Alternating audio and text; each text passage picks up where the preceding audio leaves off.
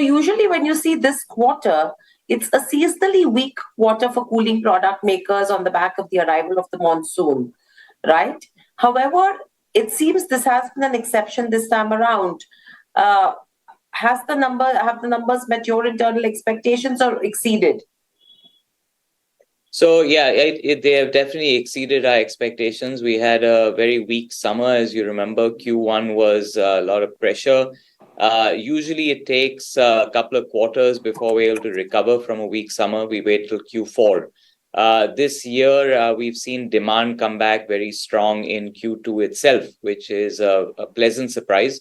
I say surprise, but frankly, it feeds into our what we've been explaining to investors, that the air conditioning industry is at an inflection point of growth. And when it is in that model, even though the summer will always impact it, but when you see rains sort of leaving early and you see the onset of the heat coming back in Q2 itself, we saw demand coming back. So it's a very positive outlook for us.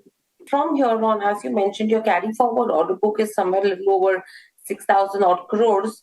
How much of it will actually translate into revenues in the current financial year itself? Yeah, so the order book is at least a couple of years long. So it's not as though it's going to translate into immediate revenue. We have an internal plan, and we're executing to that plan. You are aware that we have the elections coming up in May.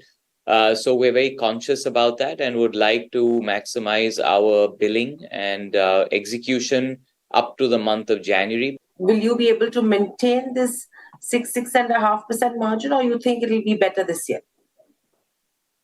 So yeah, so as far as margins are concerned, you saw a bump up in margins, which was very good, very healthy.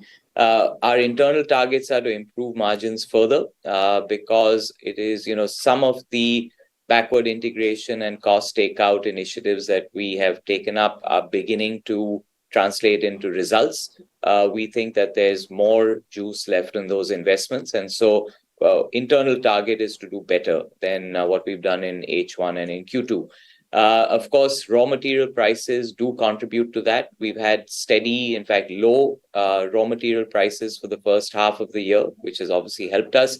The outlook is a little unclear, and it's largely due to this unfolding situation in the Middle East. We're unclear how far the Israel-Palestine issue is going to seep into other markets and therefore into the supply chain.